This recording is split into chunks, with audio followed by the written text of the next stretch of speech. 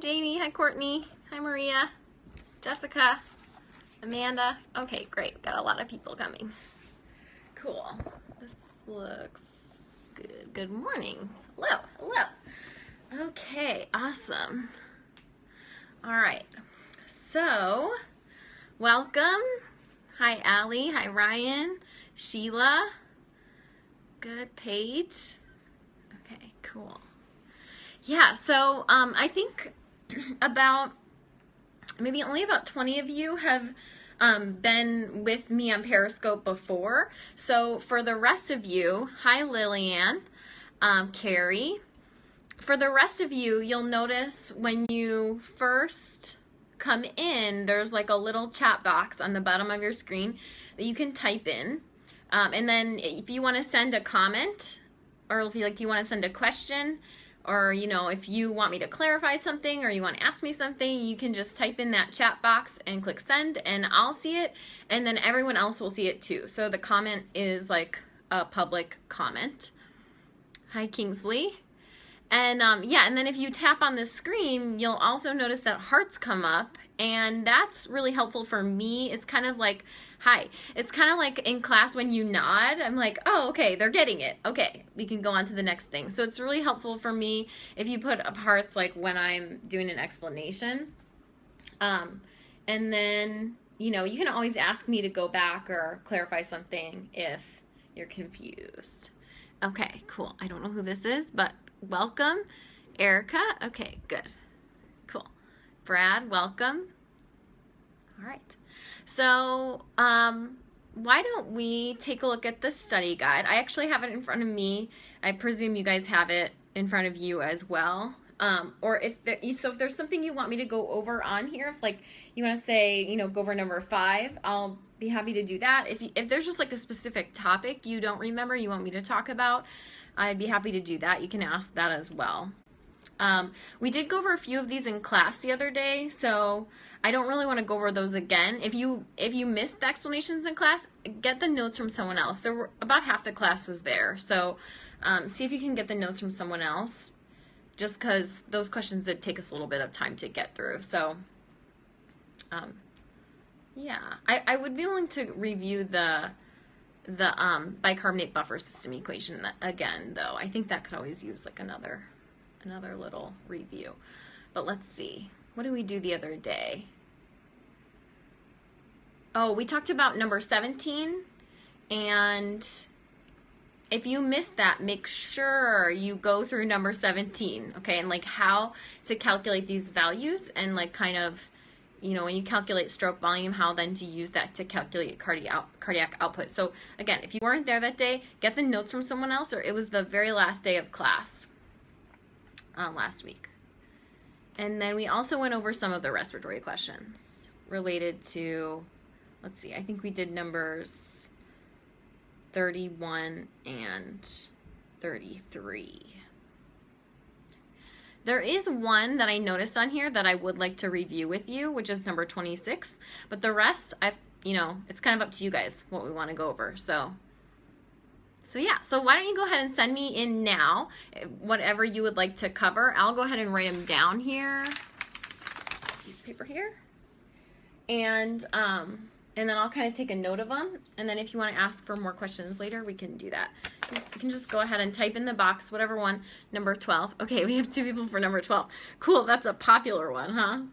Okay, yeah, that's a good one, because it's kind of like, it doesn't specifically highlight what it's talking about. Okay, good, number 12. All right. And then I want to do number 26, just because I feel like it's a little confusing, and we didn't specifically talk about autoimmunity in like direct terms. Okay, number 20, 46 and 47. Yes. Bicarbonate and 22. Okay. And I don't know, maybe that was, I don't know who wrote that. The bicarbonate buffer system, if you could put that second part up again, if you could just type your question again, I just want to see what you specifically said about it. Okay, because I didn't read the whole thing. Sorry. All right. All right, so we got 12, 26. For number 3, we have to know specific steps to the stages of development. For the red blood cells, I would say yes. For the other ones, no. You should know the megakaryocytes for the platelets, but other than that, no. Just the examples with how it shifts. Okay, yes. All right, cool. Yeah, so Carrie, for that number 3 one, can you say lifespan of white blood cells? Yeah, I can go over that, number 3.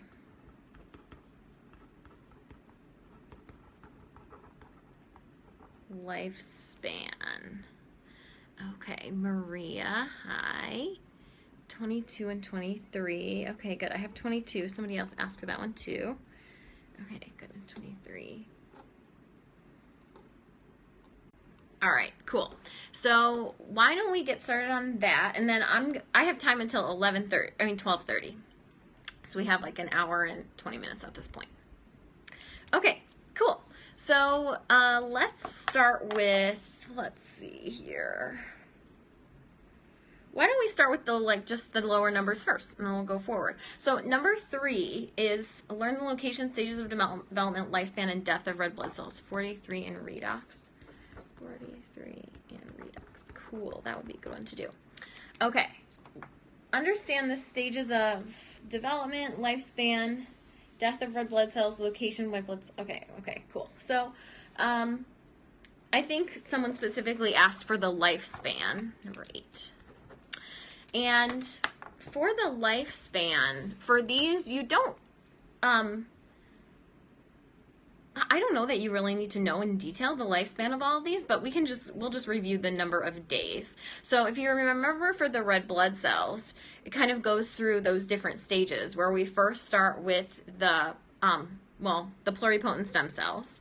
Then they produce erythrocyte CFUs, colony-forming units. You guys might remember the CFUs. There's a slide in the PowerPoint that has them all pictured out in stages. You might want to take a look at that again.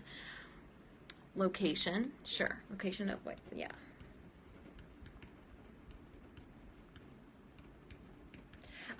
Okay, yeah. So for the red blood cells, remember those stages. So we go pluripotent stem cells to erythrocyte CFUs. Then the CFUs produce erythroblasts.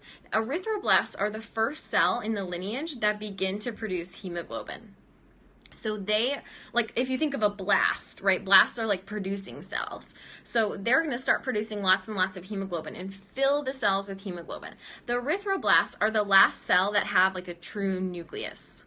Then the erythroblasts become reticulocytes, and this is when their nucleus breaks down, and the cell pretty much already has all of the hemoglobin that it's going to have. It might still be doing a little bit of hemoglobin synthesis, but for the most part, it's already got all the RNAs it's going to have for hemoglobin. It's pretty much done with hemoglobin synthesis, so it's just kind of finishing that up. So the reticulocyte is the second to last stage of the erythrocyte, then it's going to become the erythrocyte. So, or I should say the reticulocyte is the second to last stage in that lineage of development, and the final stage is the erythrocyte, and that's our mature red blood cell. That lives for 120 days, then it breaks down in the spleen and the liver. Remember the erythrocyte graveyard, that term we talked about, and we know that it's broken down and the heme is metabolized by the liver. So that kind of is for the red blood cells. For the white blood cells, they have varying lifespans. Remember the memory cells? They live for a really long time. They can live for our whole lifetimes. The rest of the white blood cells live for about 2 weeks at the most, 2 to 3 weeks at the most. So when we first get an infection, those cells are produced, they work on the infection, they fight off the infection, and then after we're done with that infection, the cells die. So it's pretty limited. It's a more limited of a lifespan. But the memory cells, those are the ones that live for a really long time. And then, let's see, platelets. Platelets only live for about a week. So we're constantly producing more and more platelets in the bone marrow. And actually all these cells, right, they're all produced in the bone marrow. Is the action potential for cardiac covered by one of the questions? I'll take a look at that in a second. Let me finish this question first. It probably is. Okay. So that pretty much covers the lifespan of those for number 3. And then I think it was Gabriella asked about the location of the white blood cells and platelets. All 3, erythrocytes, leukocytes, and thrombocytes, are produced in the red bone marrow. So in children, that would be in all of the bones. In adults, that would be in the axial skeleton, right, the center part of the skeleton, in the red bone marrow. And if you remember, the thrombocytes are produced from megakaryocytes. You might have to go back in your notes and look at that. But it's basically like this giant cell that lives in the bone marrow, in the tissue of the bone marrow, and it extends these little finger-like extensions. They're called proplatelets. They're these tendrils of cytoplasm. Let's see if I can draw one. We're going to find out something new today. All right. So the thrombocyte has a giant nucleus, like a multi-lobed giant nucleus. And then it has these like tendrils of cytoplasm called proplatelets, and these stick out into the sinusoids. I don't know if you guys can see that. It's kind of like bright in here. Okay.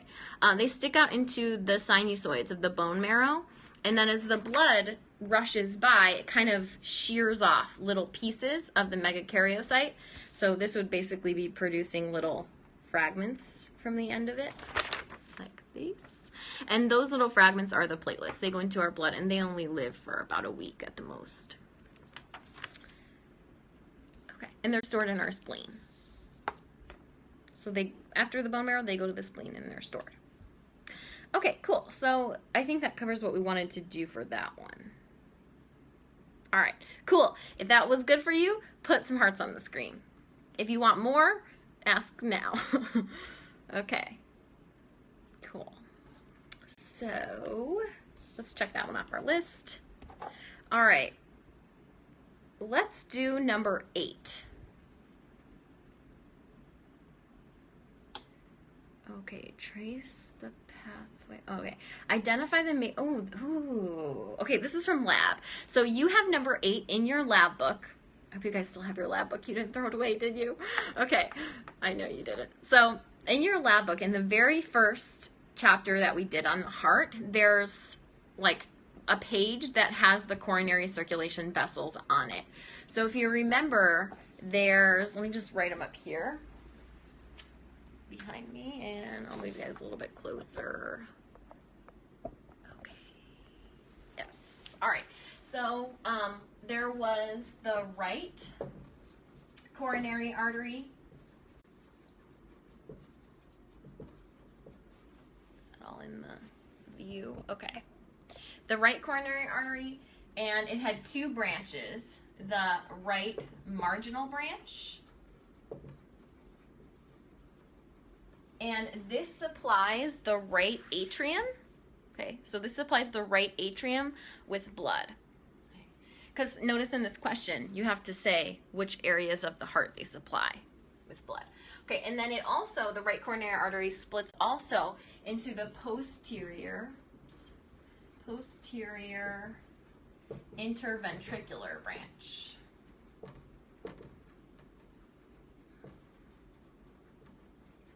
So this is going to supply the right ventricle and the left ventricle.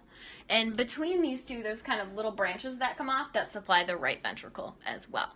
So for this, think right side of the heart, right atrium, right ventricle. And this is going to supply the left ventricle as well because it's in the interventricular sulcus there. So that's right where the left ventricle is also. But focus on right side of the heart for these. Okay, and then for the other one, we have the left coronary artery.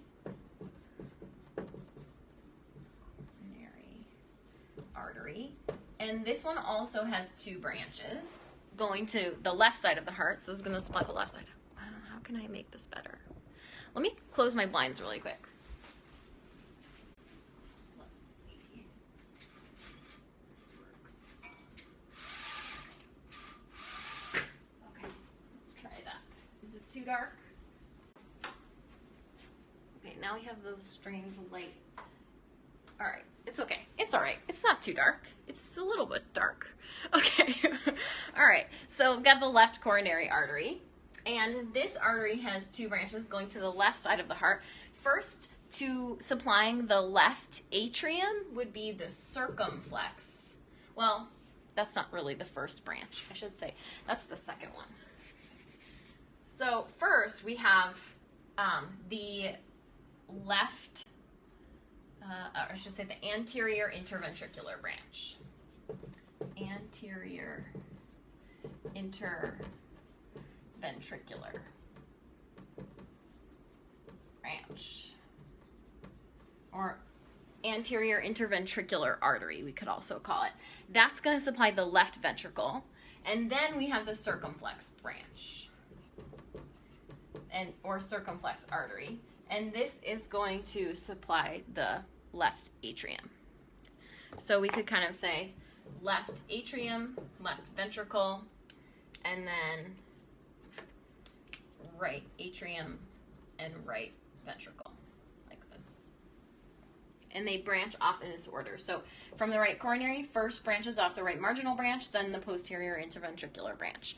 From the left coronary, first branches off the anterior interventricular branch, then the circumflex branch.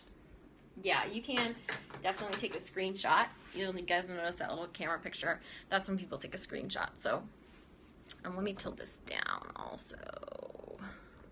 If my stand will do it. Okay, there you go. All right. So that's number 8. So you can tap the screen if that was good for you. That was good. I think Maria asked for that one. I don't remember. Okay, so we got number 8. Okay, so the coronary sinus. Oh, thanks for mentioning that. That's a vein. Yes, the coronary sinus. I didn't even think of it. Yeah, so you also had on your list to know the coronary sinus. So I guess we can just put that down here. Oh, this marker's dead.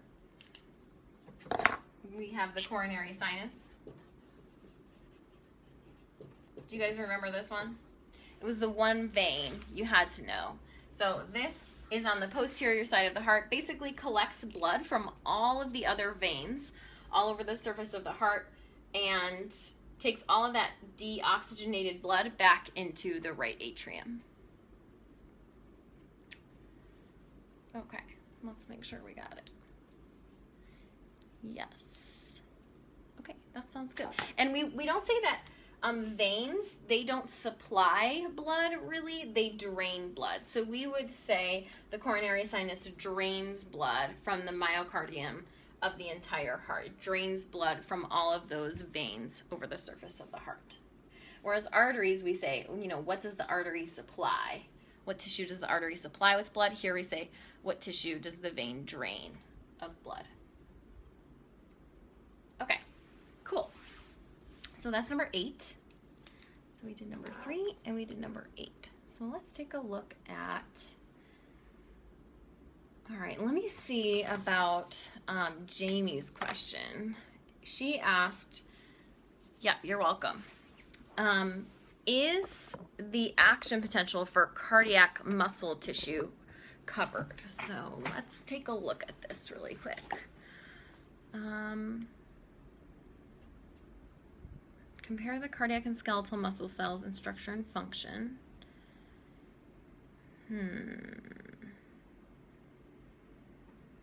Understand the conducting system.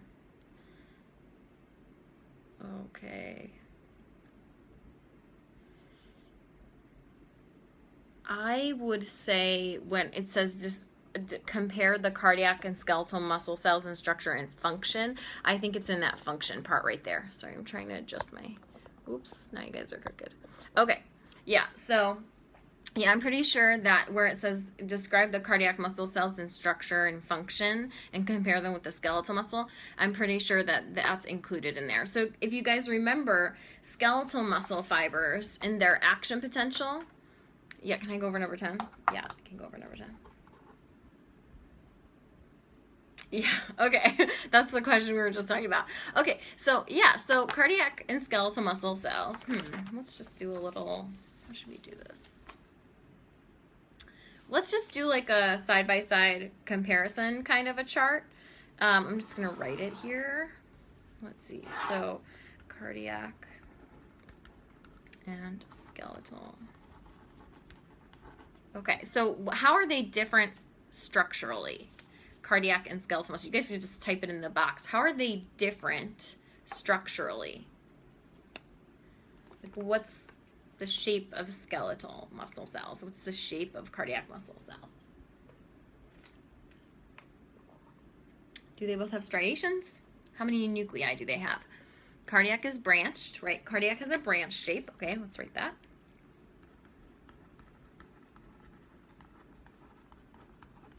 Cardiac is striated, okay.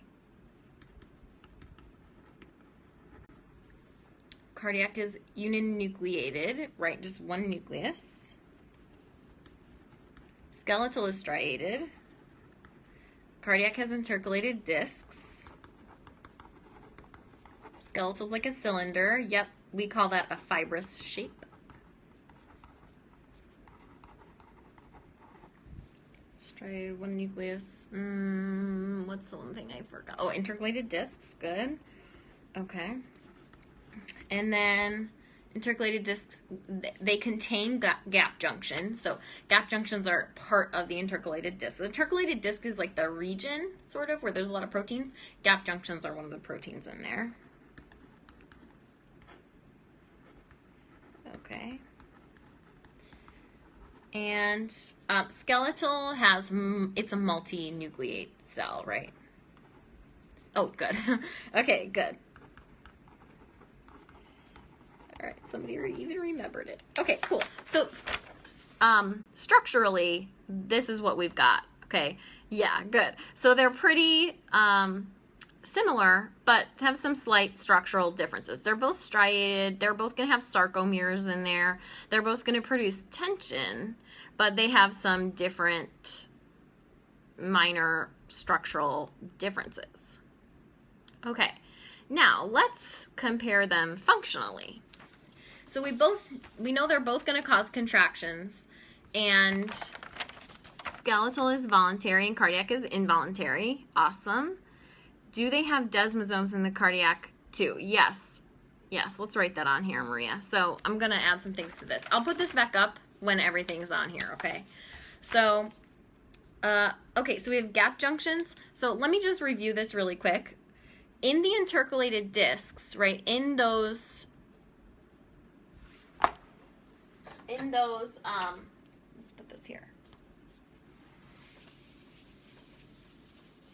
Junctions between two cardiac muscle cells, there's two types of cell-to-cell junctions.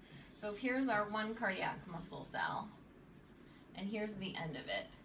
And then here's a second cardiac muscle cell over here, or a cardiomyocyte. Okay, so here's our point where they meet. That's our intercalated disc. There's two types of junctions in there. There's desmosomes, and there are gap junctions. Desmosomes, can you guys see that? Yeah, desmosomes and gap junctions. So desmosomes have the function of being really strong linkers. They hold the two cells together, and gap junctions have the function of electrically connecting these cells. So ions can move from one cell into the next. That's how the cardiac action potential is going to spread throughout the entire myocardium through those gap junctions. So we got desmosomes for strength, gap junctions for electrical conductivity, for providing like a pore where ions can go from one cell to the next. Okay, so that's just a brief little aside. Maria asked about that. So let's put gap junctions and desmosomes on our little chart here. Okay, and then functionally, okay, we said cardiac is under involuntary control.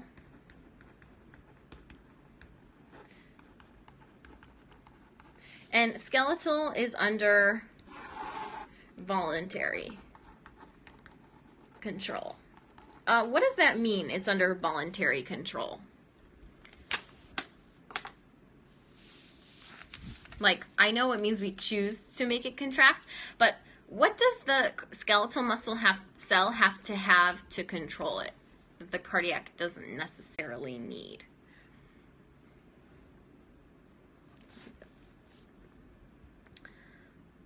You guys know?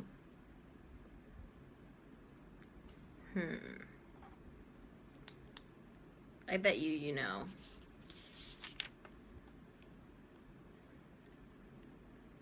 So the skeletal is going to require a neuron to cause it to fire. So basically, the skeletal muscle fiber needs to have a neuron secreting acetylcholine to the cell. The acetylcholine will bind to the skeletal muscle fiber and tell it to contract. Okay, so voluntary control means neuron must signal to contract. Okay, we must have a signal from a neuron telling the cell to contract. Cardiac muscle doesn't need that, right? Not necessarily, right? Because the cardiac muscle is going to have a pacemaker, right? Pacemaker. Okay. So remember, it has autorhythmicity, we would say, like it regulates its own, or it causes its own rhythm. It has its own pacemaker, right? It has pacemaker potential, meaning it depolarizes spontaneously on its own. It doesn't need the nervous system to tell it to depolarize. Okay, so those are two important things right there. Now, other than that, for skeletal and cardiac muscle, I would just review for skeletal muscle, like what's happening during the depolarization phase with ions, what's happening during the repolarization phase with ions. Those are honestly the two things that I think are the most important. So in skeletal muscle, remember we just have, I'm just going to put like bullet points here. We've got depolarization. Do you guys remember which ions move where during depolarization?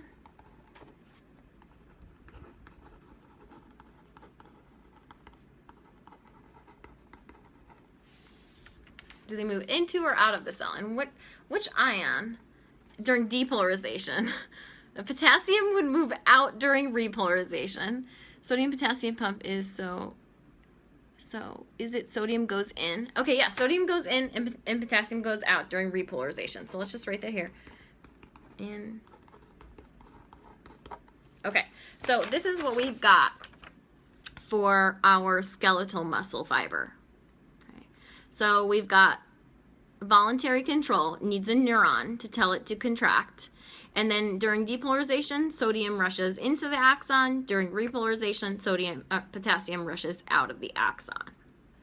All right.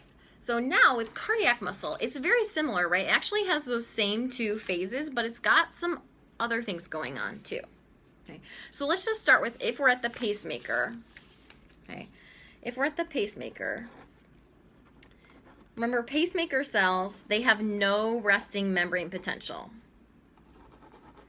Do you guys remember what the group of cells that are the pacemaker cells are called? Remember what that little structure is, where the pacemaker cells are located?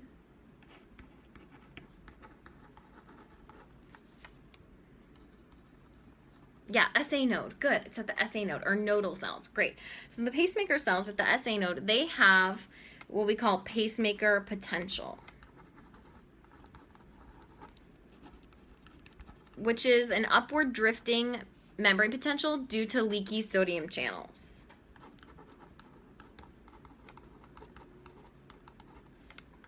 Okay, so pacemaker cells have pacemaker potential.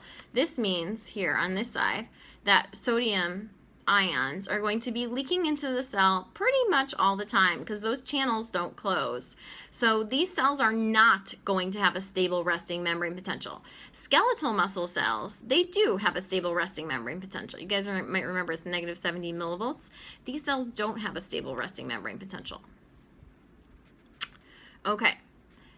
Now, those are that's for the pacemaker cells. Okay, this simply is just for the pacemaker cells. So I want to also make sure we talk about, there's other cells in the heart besides pacemaker cells, right? There's regular, we would call them ventricular cardiocytes, just regular old cardiocytes that are not pacemaker cells. They don't depolarize spontaneously. These cells do have a stable resting membrane potential. Okay, so normal cardiocytes. So let's put them down here. I'm going to call them ventricular cardiocytes. They also, just like the pacemaker cells and the skeletal muscle cells, they go through this depolarization and repolarization. These two steps right here, depolarization and repolarization, are exactly the same in all types of these cells. So in skeletal muscle cells and in the pacemaker cells and in the ventricular cardiocytes. But here we're just going to list the differences for the cardiac cells. The pacemaker cells are cardiocytes. They're just kind of specialized. They have a slightly different structure and also function. Yeah. So they're cardiocytes. They're just, we would specify though. If we wanted to ask about those, we would say that pacemaker cells are cells of the SA node. Okay, so here we're just going to list the differences for these two cells, the pacemaker and the ventricular cardiocytes. So again, both of these undergo depolarization and repolarization, just like the skeletal muscle cells. Okay, but these guys over here, these pacemaker cells and ventricular cardiocytes, are going to have some other additional differences. So let's finish this.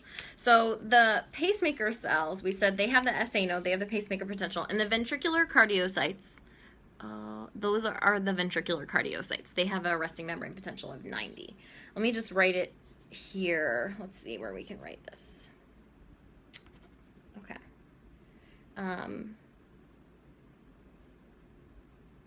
Okay, ventricular cardiocytes. They have a resting membrane potential of negative 90 millivolts.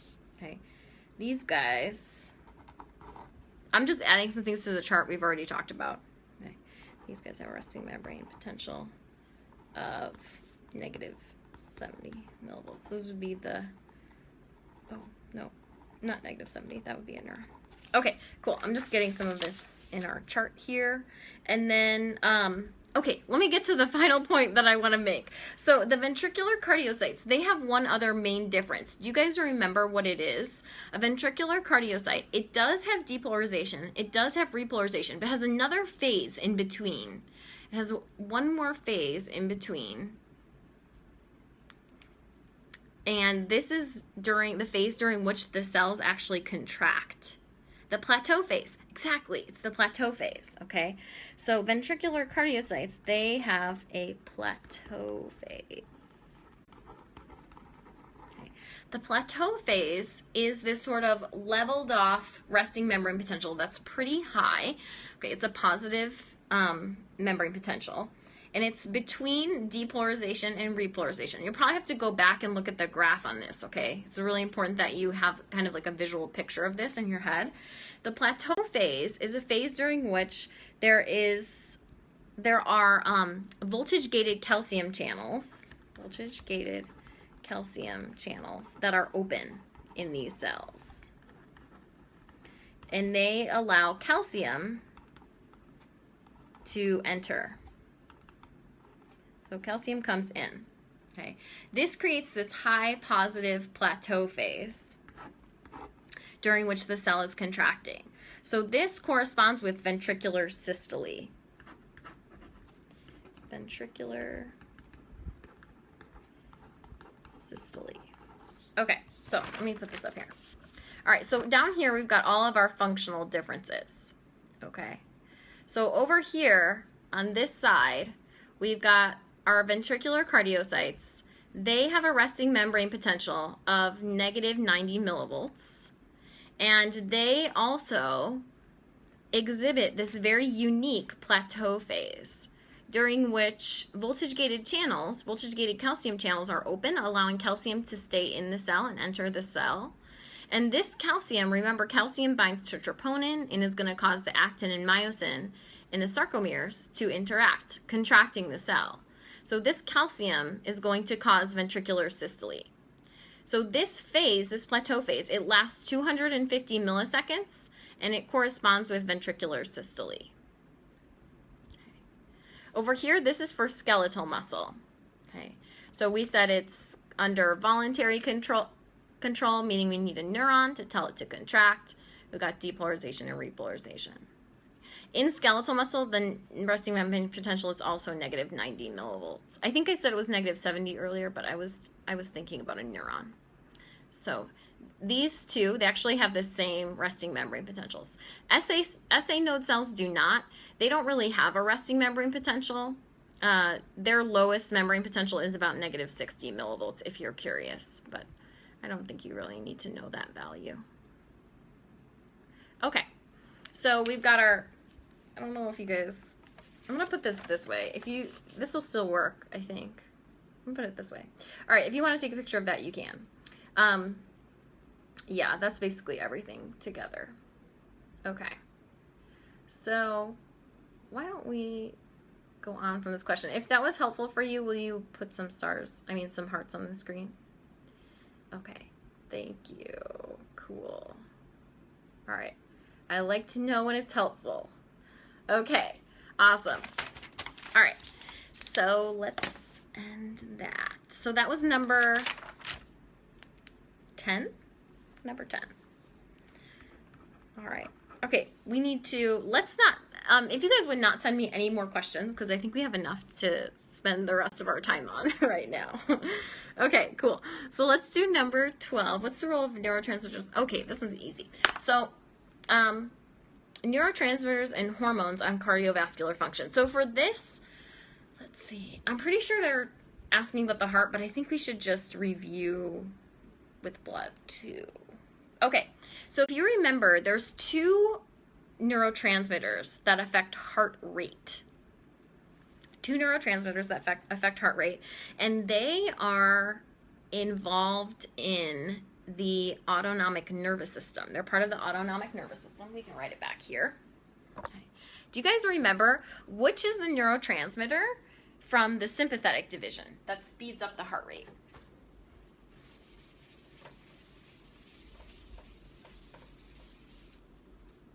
Epinephrine. Yes. Good. Okay. So remember, in the brain we have a cardiostimulatory. Let's put that. Cardiostimulatory or cardioacceleratory center. Same thing. Okay. Let's go with acceleratory. I want to use. Yeah. Let's go with acceleratory. Because you would more likely see this abbreviation, CAC, cardioacceleratory center. Okay, so the cardioacceleratory center is in the brainstem. If you guys remember, it's in the medulla oblongata. It's a pool of neurons responsible for speeding up the heart rate. And this is going to cause the secretion of the hormone epinephrine. Norepinephrine.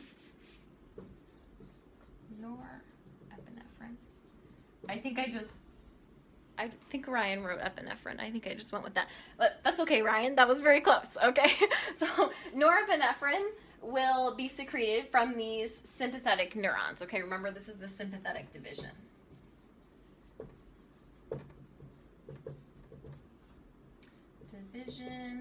And so this will have the effect of increasing heart rate. Okay. So our sympathetic division has the cardioacceleratory center in the medulla oblongata. We abbreviate that CAC, and these neurons will secrete norepinephrine to increase the heart rate. The norepinephrine is going to bind to the cells of the SA node. Okay, so this is the target cells for this neurotransmitter would be the SA node, right? Okay, now in the parasympathetic division,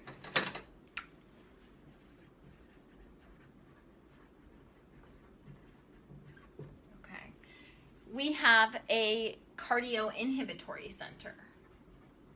Cardioinhibitory center. Okay. CIC. Cardioinhibitory center. And do you guys remember which neurotransmitter is going to be secreted from the neurons from this pool of neurons in the brain? Which neurotransmitter does the parasympathetic division use? Acetylcholine. Yes. Acetylcholine. Okay. And so acetylcholine, same thing. It's going to bind to the SA node cells, and it's going to cause them to decrease their rate of depolarization. So it's going to decrease the heart rate. by targeting the SA node. Okay, does that make sense? All right, so those are the neurotransmitters that affect the cardiovascular functions. Now, hormones, which hormones, we only talked about really a couple of hormones that are going to have an effect on increasing the heart rate. And I think this maybe was what Ryan was thinking of. Because remember, hormones from the adrenal gland, the adrenal medulla, right? When we're in a fight or flight response, we have epinephrine, norepinephrine, and a little bit of dopamine. Those are the catecholamines, and they're going to cause the heart rate to increase. So those are considered to be hormones because they're traveling through the blood and they're binding to the SA node cells and causing them to increase their rate of contraction or their rate of depolarization. These here, I know this is like almost the same thing, right? It's norepinephrine, okay? You could say like, okay, it's the same chemical molecule. It is, but here it's being used as a neurotransmitter because it's coming out of a neuron, and then it's binding to the SA node. When it's coming from the adrenal medulla, it's traveling through the blood, so it's being used as a hormone, and it's targeting the SA node and telling it to speed up. So it's kind of the same effect, if that makes sense. Does that help? So we've got 2 neurotransmitters affecting the heart rate. We've got those few hormones, norepinephrine, epinephrine, and dopamine from the adrenal medulla during a fight or flight response. Okay. Let's see. Let me just make sure I didn't miss anything.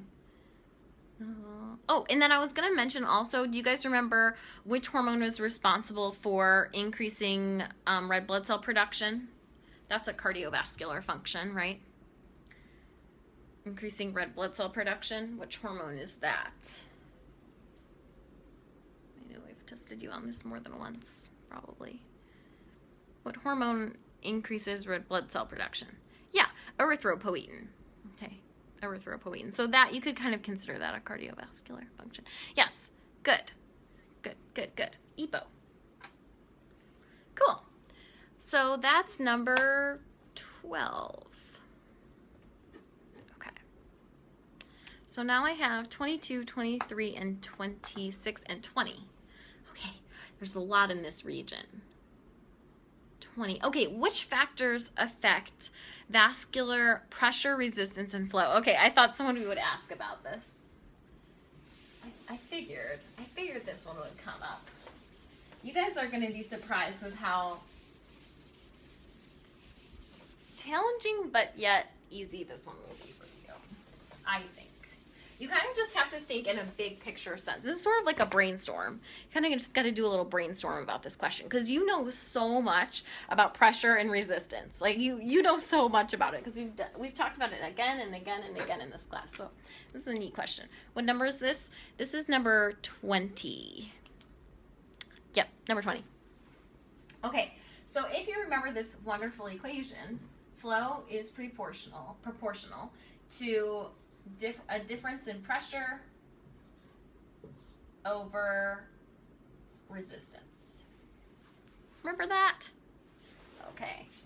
So flow will be affected by anything that changes a pressure gradient, right? If we have high pressure in one area and low pressure in another area, and that like let's say it's really high over here and really low over here, fluid's going to flow in this direction, right? And if those values change, it'll either flow faster or slower. And then resistance, we've talked quite a bit about that too. So both of these two factors are what will affect flow, blood flow. Okay, so let's see. How will we change resistance in the body, in our blood vessels? We're not really talking about our airway right now. We're talking about our vessels. So how will we change resistance to flow? There's 3 ways, but there's really only one we have control over. Exactly, vasomotion. Okay, so down here, vasomotion. This is the only real way our body has control over vascular resistance is with vasomotion. So remember, we've got vasoconstriction and vasodilation.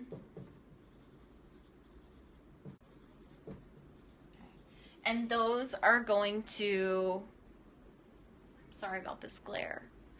I wish I could, I don't know what to do about it. I don't want to close the other window because I think it'll be too dark.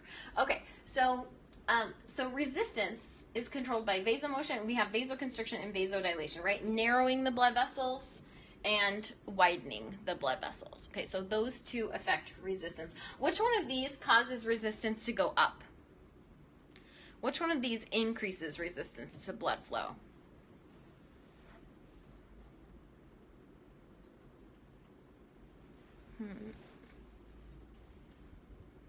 Yes, yes, yes. All correct. Okay, this one's going to increase resistance to blood flow. Vasodilation will decrease resistance to blood flow.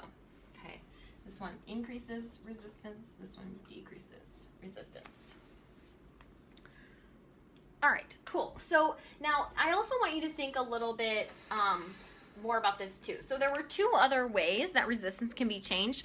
You might remember blood viscosity is one of them. Like if our blood is really, really viscous, it's going to flow really slow through our body. And if it's not very viscous, like if we don't have enough red blood cells in it, it's going to flow too fast. Now this is one our body doesn't have a whole lot of control over. We can't change this very quickly, but that is one thing that will affect resistance. So let's just put it over here. Okay, blood viscosity. Viscosity. And then the other one was vessel length. The longer our vessels are, the more resistance there is to flow as well. So let's just put that over here. Okay, vessel length. But these two, again, these two we don't have a lot of control over. This is kind of just, you know, we have vessels of a certain length, okay? If they're longer, you know, like if we have more tissue, then we're going to have more resistance. If we have fewer vessels, shorter vessels, we're going to have less resistance. Okay, but this is the big one right here. Now also think about, like if we have plaque buildup in our arteries, that would cause increased resistance, right? If we have narrowed arteries, like if our aorta is narrowed and our ventricle is trying to push blood out of the heart, that aorta could be so narrow that it really creates a lot of resistance to ejection. Okay, so think about it in those terms too. Like, let's see. Yeah, you can think about this in the heart as well. So when we talked about how, you know, when chambers close or when valves close, that creates more pressure in a particular chamber. We haven't gotten to pressure yet, but just as an example. So think about how vasomotion, like if we change or think about in the pulmonary circuit, right? In the pulmonary circuit, there's fewer vessels. There's less vessel length. So there's a lot less resistance in the pulmonary circuit than in the systemic circuit, right? The systemic circuit has those long, long vessels, right? And so that's why we have to generate a lot more pressure in the ventricle to push blood out into the systemic circuit than in the pulmonary circuit. So this resistance has a lot of, there's a lot of examples of resistance throughout the semester that we talked about. I think we just covered all of them. I don't think there were any more than that. Okay, cool. So with pressure, let's see. So we can change blood pressure using vasomotion as well, right? We can change blood pressure a little bit with vasomotion as well. So when we constrict and dilate, let's just add this over here. So when we use vasoconstriction, what happens with pressure in our vessels? Initially, when we first constrict a vessel, what happens with the pressure inside of it? Pressure goes up, right? So here, pressure would increase. When we first vasodilate in a vessel, what happens? Good. It would be the opposite, right? Pressure would decrease. Good. All of you guys got that right. Awesome. Okay. So pressure is also affected by vasomotion. Good. Good. Good. It decreases when we vasodilate. Also, pressure, if we think about pressure in the heart, right? When blood fills into a chamber, the pressure is increasing in that chamber. So basically, the more fluid we have in a chamber, the higher the pressure is. Remember this little diagram? Here's our chamber, right? This could be a blood vessel. It could be a ventricle of the heart. It could be an atrium of the heart. But when we have increased volume of fluid, or when we have extra fluid in here, it pushes harder out on the walls, right? So that means if we have increased volume of, well, let's not do this because this will confuse you with Boyle's law. But let's say we have extra fluid in our vessel, then we have higher pressure, okay? So greater fluid volume. We have greater pressure. Okay. Oh, you guys can't see that. Okay. Let's tilt this up a little bit for a second. Okay, so when we have a greater fluid volume, we have a greater pressure as well, because if we have more fluid inside of our vessel, that fluid is going to push harder against the walls. If we have less fluid inside of our vessel, that fluid won't push as hard against the wall. So that's going to change our pressure as well. Okay. Does that make sense for those? All right, cool. So let's see. What else do we need to do with this? Boyle's law is down here. I didn't mention it when we were there, but when we're talking about vasomotion, right, we're really changing the size of our container. If we constrict, we're making our container smaller. If we dilate, we're making our container bigger, right? We're increasing the size of our container. So remember, Boyle's law says that if our container has a low volume, right? If our container has a very low volume, if we have a small container and we decrease the volume of our container, then the pressure inside will go up. Okay. And I know you guys know that because we talked about vasoconstriction and pressure going up when that occurs. So that's an example of Boyle's law. If we have our container and we increase the volume of our container, then the pressure inside the container goes down. And this is Boyle's law. So Boyle's law has to do with our container changing size. Up here when we were talking about volume and pressure, this has to do with our fluid volume. So this is a little bit different, okay? But Boyle's law is down here with our container changing size, changing its volume, really. Okay, cool. So let's go on to, let's see. So that was what number was that? 20? That was number 20. Okay, let's do number 22 and 23. Okay, I'm gonna put this back in front of me. So identify characteristics and active components of the non-specific and specific immune response.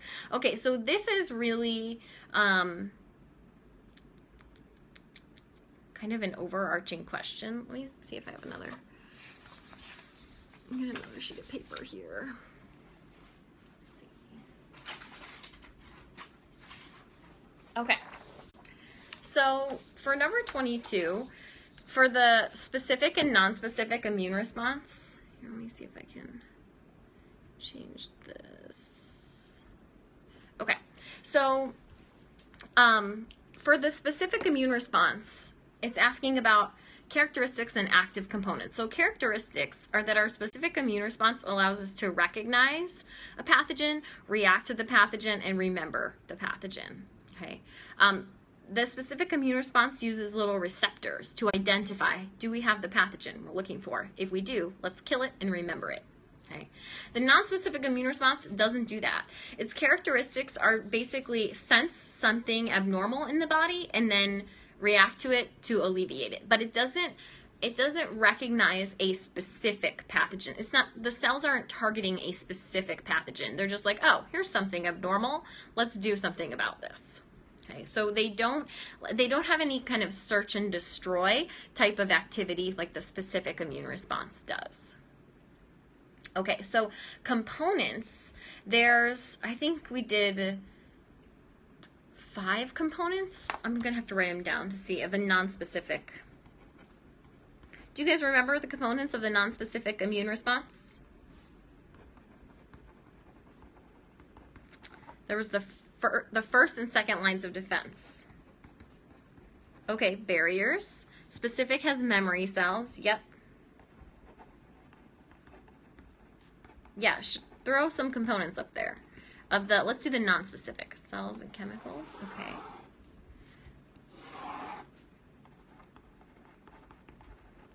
All right, so for the first line of defense, we had barriers. Yep, we had phagocytes, okay.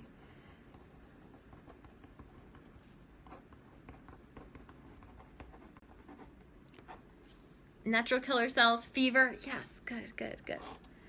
Okay. Inflammation, good. So fever, inflammation, NK cells, we call that immune surveillance. Redness is part of inflammation.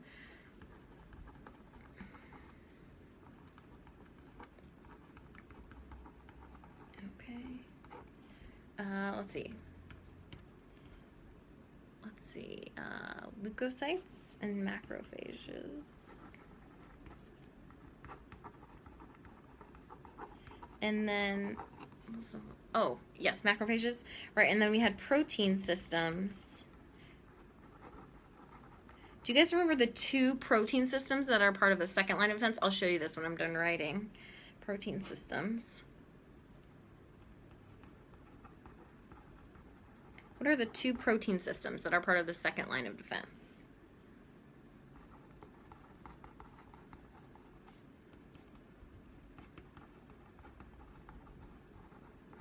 Nobody remembers.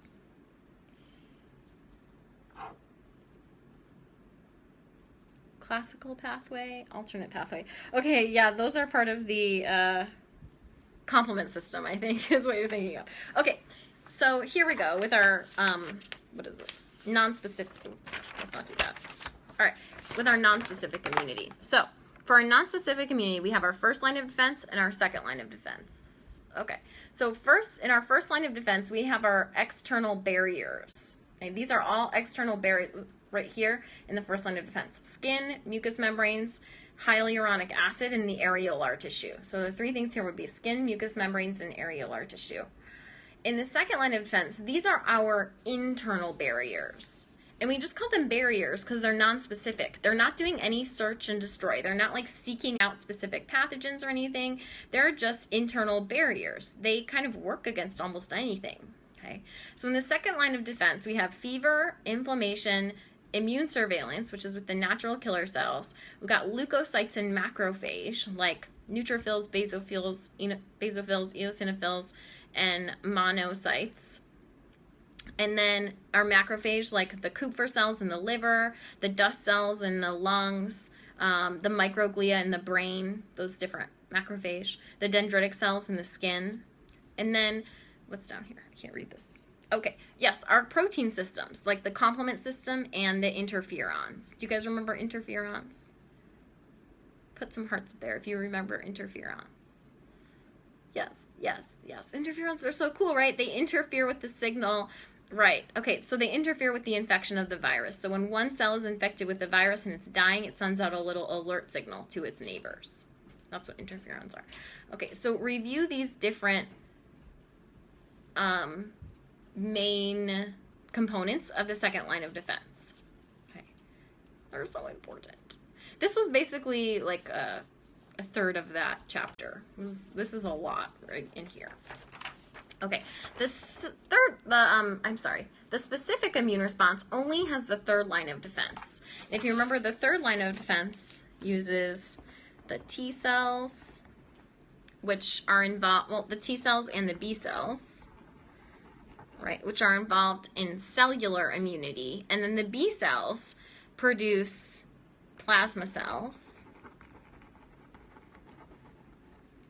that then produce antibodies, and that's our humoral immunity. Or, yeah, here we go. So we've got T cells and B cells. They're part of our cellular immunity. And then our plasma cells that come from the B cells, they produce antibodies, and that's our humoral immunity. So this is our specific immune system.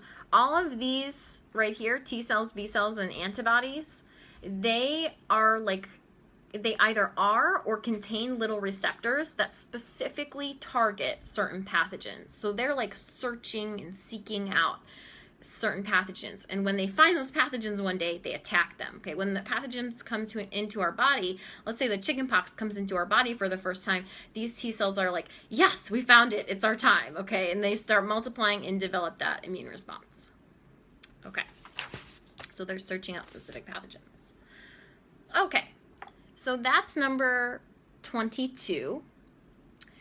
Number 23 is describe the anatomical features of a lymph node. What are the functions of lymph nodes? Okay, so the functions, very simple, right? They are cleansing lymph. They're removing pathogens, they're removing debris, they're removing dead cells, they're removing anything foreign from fluid recovered from our tissues. So the lymph nodes and the lymphatic vessels, they're recovering fluid from our tissues, and then they're cleansing that fluid. Recovering excess tissue fluid and cleansing that fluid. The anatomical features. So the lymph node is full of white blood cells. It's got reticular cells. It's got some dendritic cells. It's got T cells and B cells. It's got other types of nonspecific macrophage. What else is in there? There's going to be platelets in there. I mean, not platelets. There's going to be antibodies in there. Okay, so basically, it's an organ, tiny little organ, filled with components of the immune system: T cells, B cells, macrophage, essentially, reticular cells and dendritic cells. The tissue is called reticular tissue. If you remember in the lymphatic system, most of the organs are made up of reticular tissue, which is a type of loose connective tissue. Yeah, this was from lab. It's kind of in the tissue, there are I'm going to try to just draw a little bit here. They're branching reticular fibers, and then the tissue basically looks like a dense population of white blood cells. So you would just see groups and groups and groups of white blood cells in here. I'm just going to draw a little bit. So basically this whole area would be covered in dark purple nuclei, in white blood cell nuclei. So these are reticular fibers. They're strong but a little bit flexible, and there's not very many of them. So it's a very spongy tissue. It's a very sponge-like organ. There's an inner compartment of the lymph node called the medulla, and an outer compartment called the cortex. The cortex contains the regions where the T and B cells are, and if you go back and you look at a diagram of the lymph node, you'll see, remember those germinal centers, how, let me just draw really quick here. It kind of resembles a kidney in a lot of ways, but let's just draw a little bit here.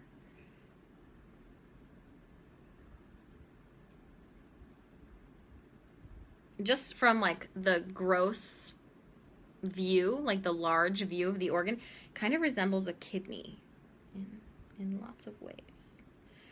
Okay, so in our lymph node, there's going to be these triangular structures all around here, just like in our kidney. It's so funny. Okay, and this would be the outer part of the lymph node called the cortex. And in here, right in the center, that's going to be a little light patch of cells called the germinal center. And this is where the B cells are multiplying, and they're producing, the B cells and plasma cells are producing antibodies for an immune response. So this is called a germinal center. There's a lot of those in the lymph node. So I think that's as much as you need to know about the, what does it say, about the anatomical features. Oh, one more thing. Lymph flows into the lymph node. I'm just gonna draw some structures on here.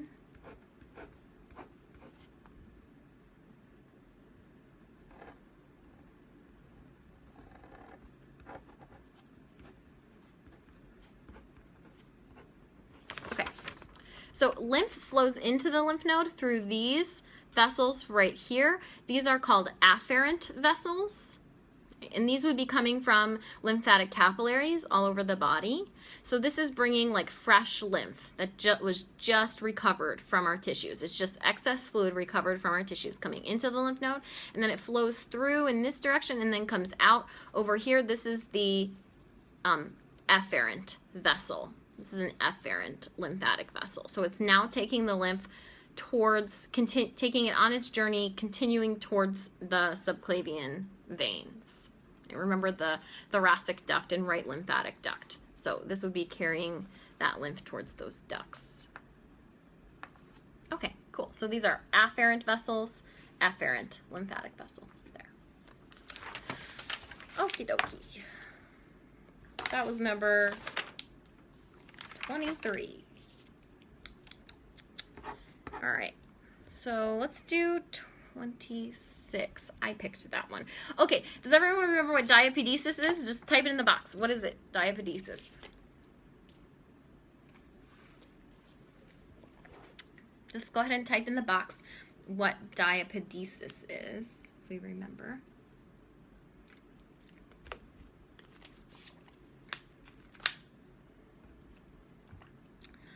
Yep, blood cells passing through the walls of capillaries. Exactly. And it's blood cells walking through the walls of capillaries. Great, awesome. Passage, crawling, or walking through gaps. Exactly.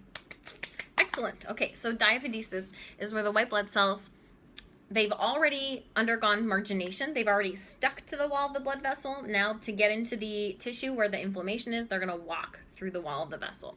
That's diapedesis. Okay. Autoimmunity. What is that? I just want to make sure we know this one. Autoimmunity. Or what do you think it is? It's pretty much what you think it is. Attack of own tissues. Right. Autoimmunity is where our white blood cells act against our own healthy cells and tissues. Exactly. So our white blood cells start abnormally attacking our own cells and our own tissues. That's not good. Okay. We don't want to have an autoimmune reaction. That's not really going to be helpful for our physiology. We want our T cells and B cells distinction fail. Right. It's not able, the cells are not able to distinguish between self cells and foreign cells. So they start attacking self cells. Okay. Co-stimulation. Okay. So co-stimulation. Do you guys remember what this one is?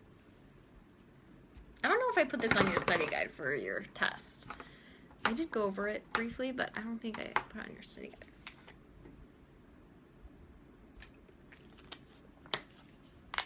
I'm sure some of you know. What's co-stimulation?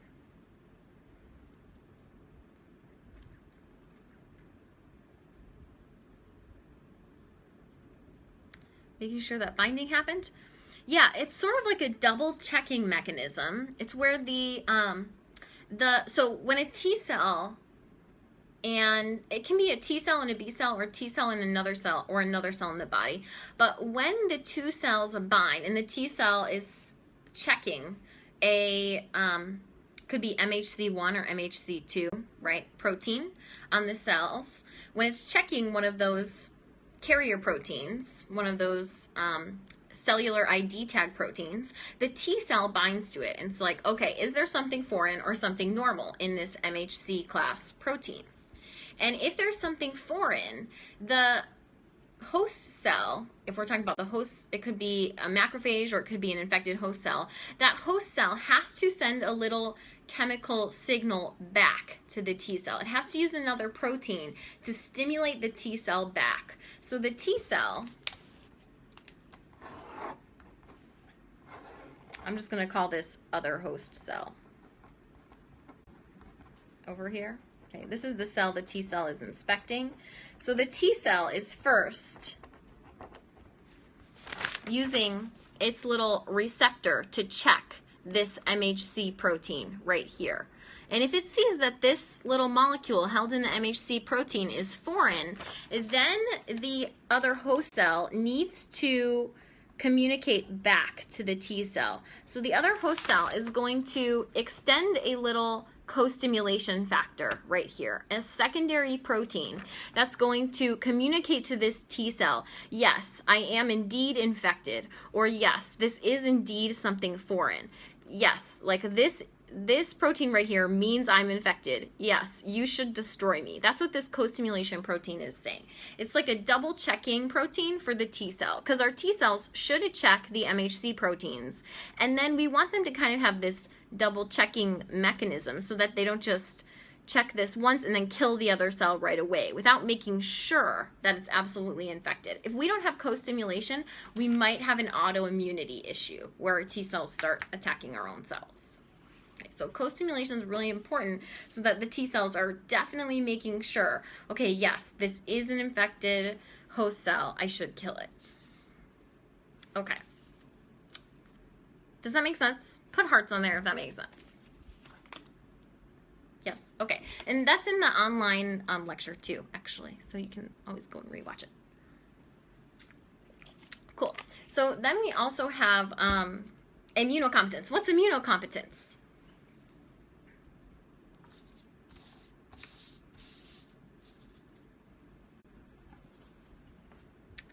Immunocompetence. Capable of recognizing antigens presented to them. Right, good. Immunocompetence means they are like competent immune cells. They can recognize foreign antigens. Body produces a normal immune response following the exposure to a pathogen. Yes, that's part of immunocompetence, right.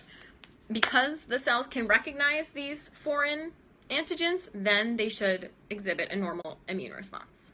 Okay, good. Let's see. Do you guys remember self-tolerance? I know this isn't on the list, but self-tolerance is related. If we have an autoimmune issue, we have a problem with self-tolerance, right? That means our T cells don't tolerate our own host cells. So self-tolerance is the ability to distinguish between foreign and self-antigens and only attack the foreign antigens. Okay, that's not on the list though, but I just thought it's related. Okay, so now I have numbers 43, 46, and 47, and then the bicarbonate buffer system. Okay, I'm going to save the bicarbonate buffer system for last. So 43. Okay, metabolism, catabolism, anabolism, and redox. Okay, so these are actually pretty simple. Okay, so metabolism is all of the chemical reactions in our body. Okay, it's all of our, basically it's all the reactions that build large molecules and all the reactions that break down large molecules. It's all the exchange reactions in our body. It's every little reaction our body undertakes to do its normal daily everything. Okay, so metabolism is really, you know, when we talk about metabolism, we talk about the energy we expend during a day. It's true because it's including all of the chemical reactions, and that's what we spend our energy on, is those chemical reactions. So that's our metabolism. Catabolism and anabolism, those are parts of metabolism. Okay, so catabolism is all of the chemical reactions that involve taking small molecules and building them into larger molecules. All catabolic reactions take small components like monomers and then build them into large molecules like polymers. And then anabolism is the opposite. It's where we take large molecules and we break them down into small molecules. Oh my gosh, I just told you the opposite. Did I just tell you the opposite? Yes, I mixed them up. Okay, let me go over that again. So catabolism is where we take large molecules and we break them down into smaller molecules. Thank you. Yes, so it's where we take those large molecules and we break them down into smaller molecules. And anabolism is where we're taking small molecules and building them into larger and larger molecules. You can think of anabolic steroids are steroids a person would take to increase the amount of like bulky protein in their body, like large proteins in their body. So those anabolic steroids are telling their body to take small molecules, amino acids, and build them into huge proteins that fill in their muscles. Yeah. Okay. Cool. So we've got those two, and then we have oxidation and reduction. Do you guys remember oxidation? What is an oxidation reaction? They're really not separate things. Cats are destructive, ants build homes. Oh, I really like that. Okay. Cats are destructive. Ants build homes. Wait, where is it? Let's see. Yeah, anabolism is like building. Right. Catabolism. Right, like cats. Okay, cool. Oil rig. Yes, oil rig. Okay, good. That's for oxidation is losing electrons and reduction is gaining electrons. So we talked about this when we were in the metabolism chapter, which is where this question is. So let's just take a quick look at this.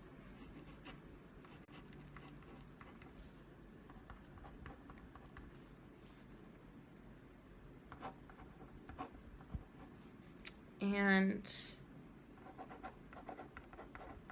okay, I'm not putting all of the details of this reaction in here, but I'm just doing this to get a specific point across. So I think it's okay.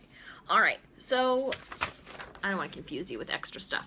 So this reaction right here, NAD plus hydrogen yields NADH. Okay, this is one of the reactions that we have used when we talk about electron carriers, right? This little coenzyme right here, this NAD plus is an electron carrier during glucose catabolism, during glucose breakdown. So this NAD plus, what's going to happen in this reaction is that this NAD plus is going to be joined with this hydrogen right here. And what's going to provide the energy to link these two together is 2 electrons that are going to be released from the glucose when we're breaking down the glucose in glucose catabolism. So I'm going to just add in here, okay, like right now we can't see the electrons. I'm just going to draw 2 little electrons in between here showing that those 2 electrons are linking NAD plus to hydrogen. So here I'm just going to draw these 2 little electrons. See them? Okay. So we say that this type of reaction, this reversible reaction, is a redox reaction because when NAD plus joins with hydrogen and gains these 2 electrons that now hold the hydrogen on here, we say that this molecule has gained electrons, so we say it's reduced. Right now, NAD plus, which we had before, just gained 2 electrons. It's carrying 2 extra electrons right now. So this is the reduced form of this coenzyme. This is the reduced coenzyme. Okay. If we get rid of this hydrogen and release it with the 2 electrons, and we come back over here to this side of the equation of the reaction, now we have NAD plus again. We released our electrons. This NAD plus has just lost electrons. It does not have 2 extra electrons. It's sort of like missing some electrons. So we're going to say that this is the oxidized form of this molecule. Okay. So oxidation and reduction reactions involve the transfer of electrons. Reduced molecules contain extra electrons, or we say reduced is gaining, like reduced means we gained electrons, and oxidized molecules have lost electrons. So we say oxidized is losing, or oxidized is lost electrons. I don't know, how do they say that phrase? I don't remember. How do I not remember this? Anyways, you guys get the point. Oil rig. So oxidized is losing, reduction is gaining. Okay. Does that make sense? So that's all you need to know about those redox reactions. Okay. All right, cool. Okay. So now we have 46 and 47. 46 and 47. Okay. Describe the digestive enzymes and hormones secreted by the stomach, small intestine, and liver. Yeah, that's a long one. And specific digestive functions. Okay, cool. And then the last one's nice and easy. All right, so let's just start with the stomach. Digestive enzymes secreted by the stomach. Pepsin. Good. Yeah, tell me the other ones.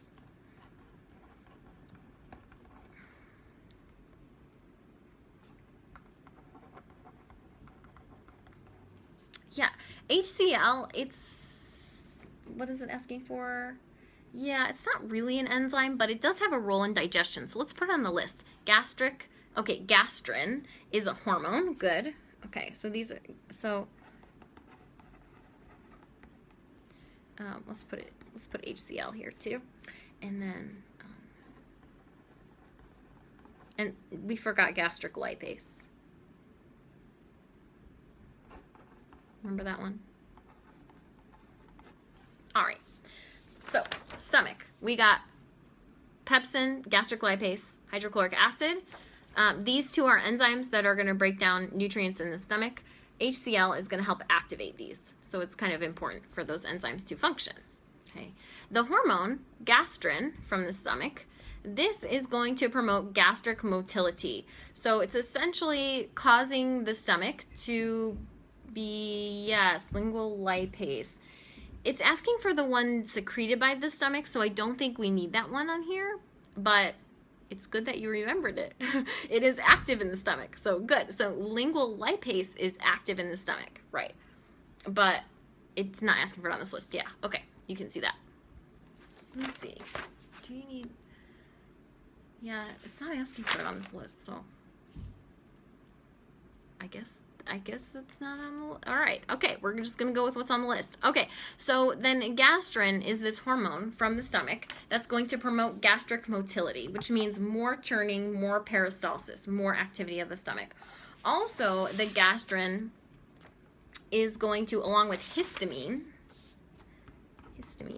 another hormone that's going to be used. It's going to promote secretion of gastric juice at the stomach as well. Okay, remember histamine is a vasodilator, so it's going to dilate all the vessels around the stomach, causing more fluid from the blood to come to the stomach, which is going to increase the amount of fluid the stomach can secrete as gastric juice. So this is basically putting a whole bunch of fluid into our stomach so that we can liquefy our food. So these are helping us with our gastric phase of digestion, motility, and secretion of gastric juice. Okay, small intestine. What is it asking for? Digestive enzymes and hormones. Okay, small intestine. Did we do any digestive enzymes specific to the small intestine? There's two. So it's asking for the ones secreted by the small intestine. So that makes me think that pancreatic lipase isn't on the list of the ones they're asking for. Does that make sense, Carrie? Because pancreatic lipase is secreted from the pancreas. It is active in the small intestine. So, you know, I wouldn't delete it from your memory. CCK is the hormone. Yep, that's one of the hormones. Good. Okay. Okay, so for hormones, we've got cholecystokinin,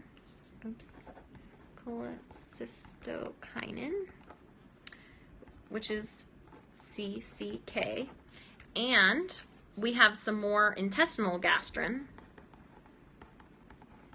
This is all in your lab book, by the way. And what's the third one? Ah, secretin. How could we forget? Okay, secretin. Okay, so there's one enzyme we didn't talk about called dipeptidase. I really doubt you're going to need to know this for the test. This is too obscure. But anyways, this is one of the small intestine enzymes. This would help break down proteins. Dipeptidase, right? It's a peptide destroyer, dipeptidase. Okay, but other than that, we've got these hormones right here. CCK, intestinal gastrin, and secretin. And if you remember, the intestinal gastrin is going to promote continued motility of the stomach while the chyme is moving into the small intestine. So basically, the intestinal gastrin is telling the stomach to continue contracting and continue peristalsis to keep pushing chyme into the small intestine. The CCK and secretin are going to have a slight inhibitory effect on the stomach, telling it to stop secreting so much gastric juice, because by now the chyme is moving into the small intestine. But the CCK and secretin have an even more important role, which is to tell the pancreas and the gallbladder to release the pancreatic juice and the bile. So these are basically, you can think of the cystic duct, right? Cholecystokinin. It's going to tell the cystic duct the bile. And then secretin, if we think of like secreting pancreatic enzymes, this is going to tell the pancreas to secrete all of its enzymes and sodium bicarbonate to flood the intestine with the pancreatic juice. So these two are for secreting pancreatic juice and bile. These two also are going to cause insulin to be secreted from the pancreas as well. So that's kind of just another little bonus thing from the endocrine system. These two also tell the pancreas, hey, there's food coming in, it's being absorbed now, sugar's being absorbed, it's time to secrete the insulin so that our cells know to pick up this glucose. Okay, so there's those two. And then the liver. We're running out of time, but I want to finish the questions we have. Okay, so liver. Okay, so what's coming from the liver? What does it produce and secrete? It's bile, great. And we didn't talk about any hormones from the liver except for angiotensinogen, and that is not what they're looking for in this question. I don't think. Yeah, so from the liver, just make sure you know bile. And then what's the function of the bile?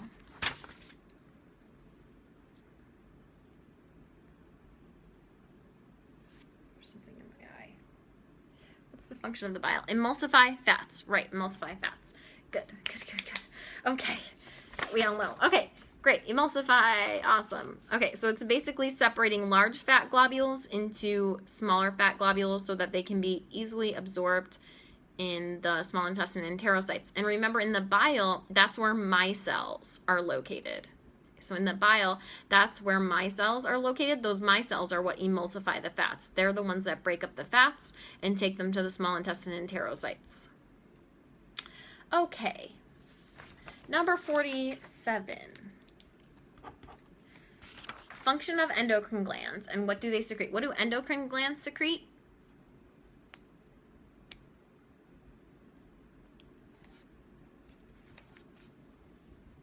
This is an interesting study guide. Hormones. Right. That's it. That's it. Isn't this an interesting study guide? Some of the questions are like really involved and some are like so basic. Okay. All right. And then what's the function of endocrine glands? What do they do? What do our endocrine glands do? Like, why do they secrete these hormones?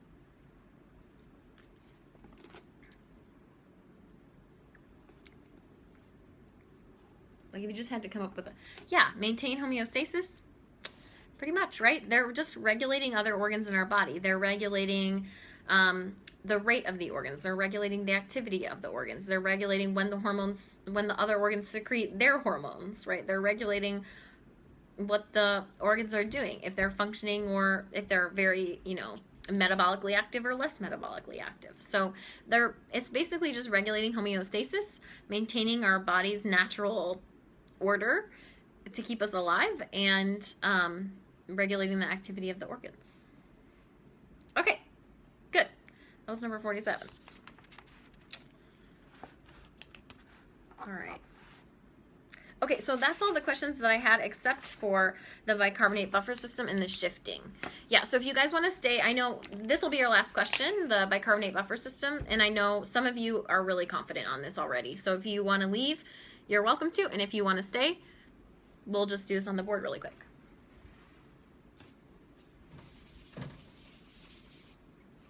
Thank you all for joining me.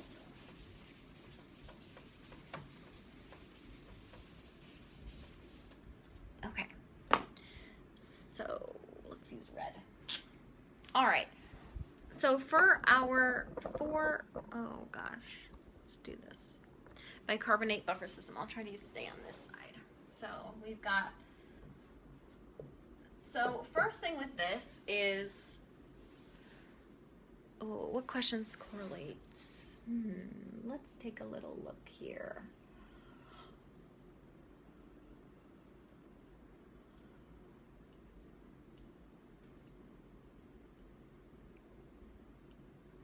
Probably a little bit 42. And then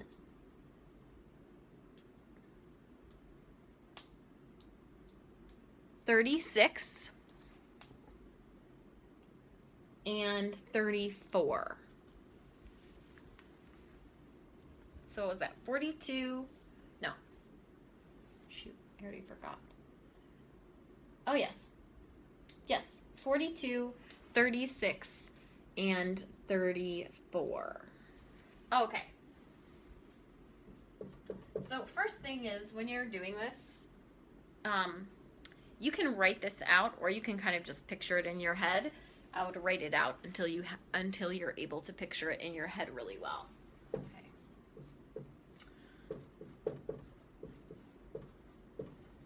And even so, I think writing it helps. Okay.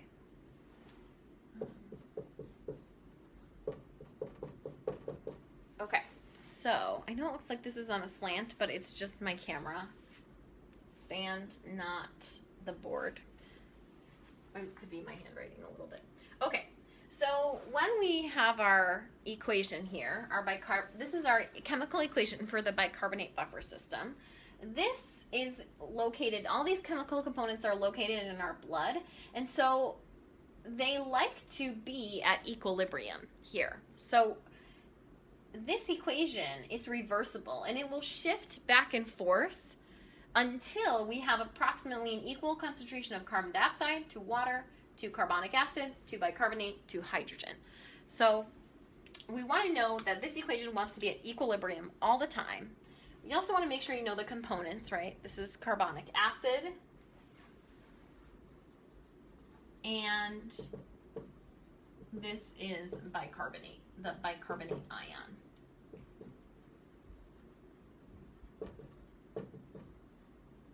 All right. And then carbonic anhydrase is the enzyme that catalyzes this reversible step right here. So it's going to catalyze this reaction, carbonic anhydrase. All right, so the way this shifts. So let's say that so when we first start this, I'm going to give you a condition, or on the test there will be a condition of some kind. And we want to think about how the equation will shift to respond to that, and then how the body will correct for this problem as well. So let's just say that we have metabolic acidosis, and in our body we're producing excessive amounts of acid. Okay, we're producing excessive amounts of acid. Which of these components right here is going to be affected initially? Like, which one of these is high or low to start out with if we have metabolic acidosis?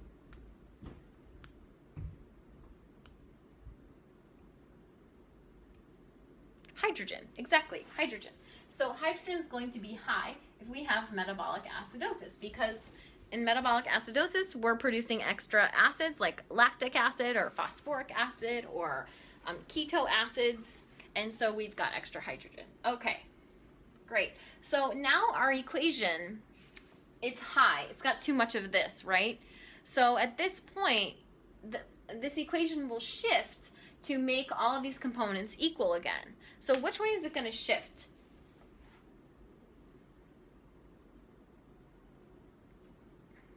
Left. Yep. Do you guys agree with her? Left. Yes. Yes.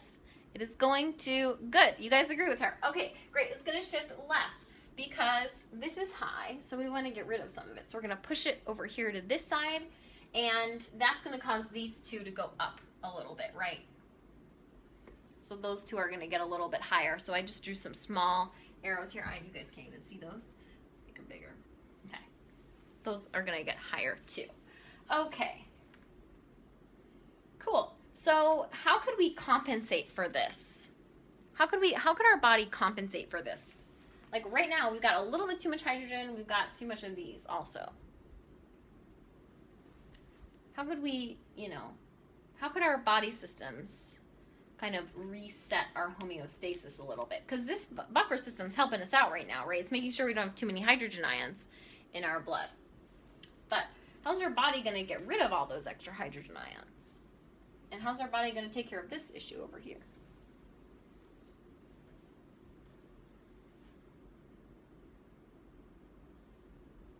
What do you think?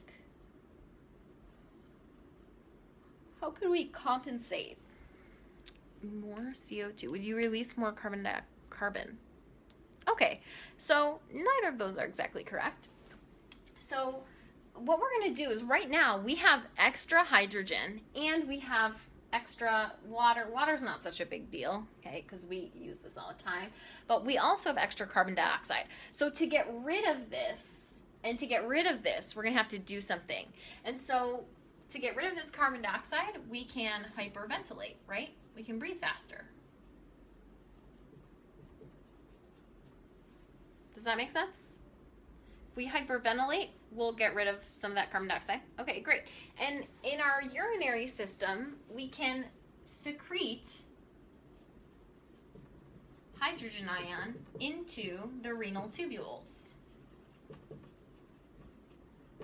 So we're basically telling that hydrogen ion to leave the body in the urine. We're going to excrete hydrogen in our urine. Okay, so that will get rid of some of the hydrogen, and this will get rid of some of the carbon dioxide. And so we're gonna work quickly here, okay? All right. Did that make sense? Put some hearts up there. So when we hyperventilate, the equation would shift right. Yes. No. It would not. It would not. Because when we hyperventilate, if we breathe, okay, let's say we're under normal conditions right now. Actually, it doesn't matter what conditions we're under, but let's say we're hyperventilating. Okay, so when we hyperventilate, we're expelling CO2, right? We're exhaling really fast, so we're expelling lots of CO2. So in our blood, the levels of this go down. Okay. So how will this equation shift to replace this?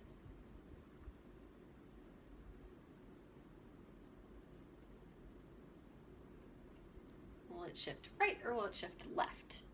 To replace the CO2 that we just lost, yeah, we're going to shift, no, we're going to shift left again. We're going to shift this way again. So when we're hyperventilating and we're expelling this CO2, we're getting rid of this CO2, right, we're going to shift left to replace this. Okay, because when we hyperventilate, we expel that CO2 so quickly that there's less in our blood now. So when I give you a condition like that, if I say, you know, Becky, a bee landed on her and now she's having an anxiety attack and she's hyperventilating, okay, you're going to think, okay, if she's hyperventilating, she's expelling CO2 way too fast. So that means there's not enough in her blood. So you're going to put a little arrow here. And when we have a little down arrow here, there's not enough CO2 in her blood, this is low. How are we going to get these to be equal again? Well, we got to get some more of this. So we're going to shift to the left to put some of these over here and bring this back up towards normal. Okay, so that's why hyperventilation would cause this left shift. Okay, cool. But if we have too much CO2 in the body, hyperventilation is a helpful thing. Because if we have too much CO2 in the body, this and this, and let's just get rid of this too. If we have too much CO2 in the body, we need to get rid of some of it, right? If this is an excess to begin with and we hyperventilate, we just can get rid of some of this. So it kind of restores our homeostasis. Hyperventilation can be a detrimental thing and throw off the balance of this equation, or hyperventilation can be a helpful compensatory thing, where it's actually helping us kind of reset our normal homeostasis if we had too much CO2 in the body to begin with. We can hyperventilate to get rid of some of that excess. Okay, so that's one example. All right, let's just do one more and then we'll call it a day. Okay, call it study session. Okay, so let's say,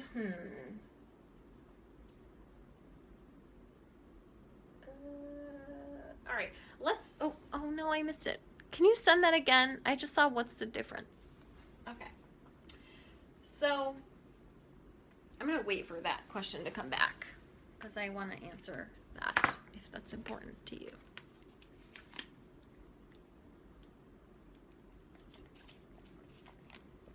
$36. Oh. Okay, so when carbon dioxide levels are high, which way will this equation shift?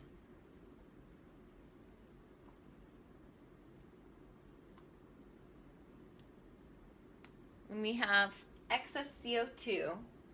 It's just right. It's just right. Awesome. It's just right. Okay. So anytime CO2 levels are high, hydrogen levels are high. Okay. So let's put this down here.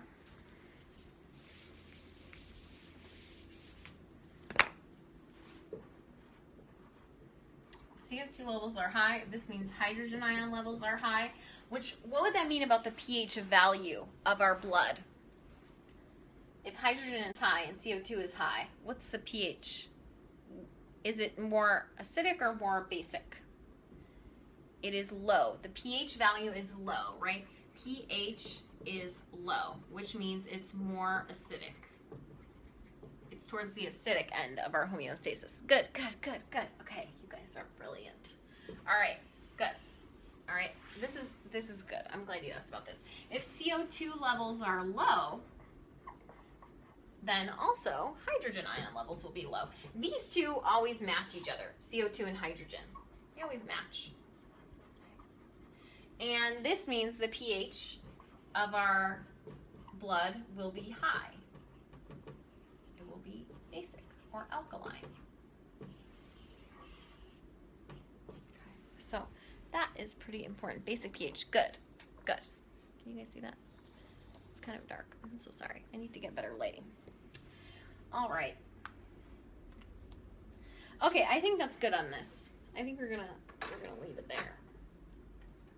If you want to come in and talk to me, I think Kingsley, you asked about that. If you want to come in and like, if you have specific examples you're confused about, you can come in early before the test on Wednesday and talk to me about it. Okay, cool. Well, I hope you guys have a really awesome day. You're welcome. Okay. Hope you have a really great day. Enjoy your studying. Yeah, it's going to take a little bit, but I know you guys are going to do really awesome.